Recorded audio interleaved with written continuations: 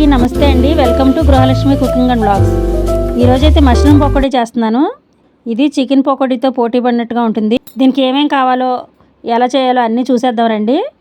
ముందుగా అయితే mushroom packet తీసుకున్నాను. ఇవ్వండి 50 రూపాయలు ఈ ప్యాకెట్. నేనైతే రైతు మార్కెట్లో ఆకుకూరలు అమ్మే వాళ్ళ దగ్గర అయితే తీసుకొచ్చానండి. వీటిని నీట్గా క్లీన్ చేసేసుకోవాలి. పైన పొపర్లా ఉంటుంది, అది కూడా తీసేసుకుని నీట్గా క్లీన్ చేసుకోవాలి. ఇలాగ కడుగుతున్నప్పుడే కొంచెం చేత్తో పైకి అన్నామంటే ఆ పొపరంతా వచ్చేస్తుంది. అలాగా తెల్లగా వచ్చేలాగా కడుక్కోవాలండి.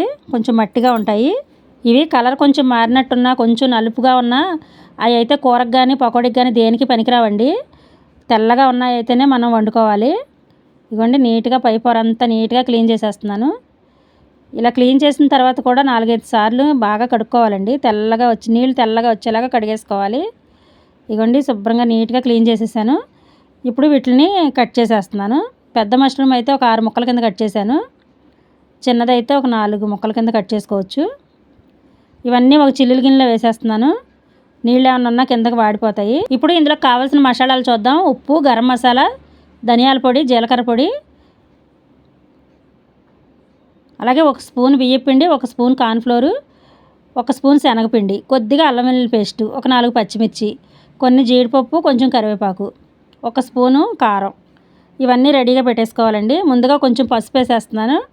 తర్వాత రుచికి సరిపడా ఉప్పు, 1 స్పూన్ కారం, కొద్దిగా గరం మసాలా, కొంచెం ధనియాల పొడి, కొద్దిగా జీలకర్ర పొడి, 1 స్పూన్ అల్లం వెల్లుల్లి పేస్టు, 1 స్పూన్ శనగపిండి, 1 స్పూన్ కార్న్ఫ్లోర్, 1 స్పూన్ బియ్యపిండి. ఇవన్నీ ఒకసారి బాగా కలిపేసుకోవాలండి. కొద్దిగా నీళ్ళు పోసుకొని కొంచెం గట్టిగానే కలుపుకోవాలి. మనకి ఇవన్నీ కలిసేలాగా కొంచెం గట్టిగా కలుపుకోవాలి. చూడండి అంతా ఇలా కలిపేసాను. ఇప్పుడు మనం కట్ చేసి పెట్టుకున్న మష్రూమ్స్ ఉన్నాయి కదా, అవన్నీ ఇందులో వేసేసుకోవాలి. ఇవన్నీ వేసుకుని వెంటనే పకోడీ వేసేసుకోవాలండి, లేకపోతే నీరులాగా అయిపోతుంది. చూడండి అంతా ఒకసారి బాగా కలిపేసుకోవాలి. చూడండి ఇలా కలిపేసుకోవాలండి. ఎక్కువసేపు అయితే ఉంచకూడదు, వెంటనే పకోడీ వేసేసుకోవాలి. నేను పచ్చిమిర్చికి కూడా ఘాట్లు పెట్టేస్తున్నాను. ఈ పచ్చిమిర్చి కూడా వేయించుకుని ఆ పకోడీతో పాటు తింటుంటే టేస్ట్ చాలా బాగుంటుందండి. అలాగే డీప్ ఫ్రై కూడా ఆయిల్ పెట్టేశాను. ఆయిల్ బాగా వేడెక్కాలి. ఆయిల్ సరిగ్గా వేడెక్కపోతే పకోడీలు నూనె లాగేస్తాయండి. ఆయిల్ బాగా వేడెక్కాక ఇలాగ పకోడీని తీసుకుని విడివిడిగా వేసుకోవాలి. ఒక్కచాటే ముద్దలాగా వేసేయకూడదండి. విడివిడిగా వేయించుకున్నామంటే మనకి చక్కగా వస్తాయి పకోడీ. చూడండి మంట హై ఫ్లేమ్ మీద పెట్టి బాగా వేయించేసుకోవాలి. మంచి కలర్ వచ్చేలా వేయించుకోవాలి. ఈ పకోడీ అయితే చిన్నపిల్లలు చాలా ఇష్టంగా తింటారండి. సాస్తో నంచుకుని చక్కగా తినేస్తారు. ఇవ్వండి చక్కగా వేగిపోయినాయి, తీసేస్తున్నాను అన్నీను. ఇవ్వండి అన్నీ అలాగే వేయించేసాను. ఇప్పుడు గిన్నె అడుగునున్న పిండిలో కొంచెం జీడిపప్పు, కొద్ది కరివేపాకు వేసి మొత్తం కలిపేసుకోవాలి. వీటిని కూడా ఆయిల్లో వేయించేసుకోవాలి. ఇవ్వండి చక్కగా వేయించేసుకోవాలండి జీడిపప్పును కూడా. ఇవి కూడా తీసేస్తున్నాను.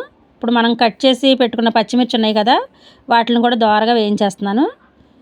ఈ పచ్చిమిర్చిని ఒక ప్లేట్లోకి తీసేసుకుని దాని మీద లైట్గా ఉప్పు చల్లాలండి. ఈ పచ్చిమిర్చికి ఉప్పు బాగా పట్టి మనం ఆ పకోడీతో కలిపి నంచుకు తింటూ ఉంటే టేస్ట్ అయితే చాలా బాగుంటుంది. పిల్లలైతే సాస్తో చాలా ఇష్టంగా తింటారండి. ఇంతేనండి. మా వీడియో నచ్చితే మాత్రం తప్పకుండా సబ్స్క్రైబ్ చేసుకోండి.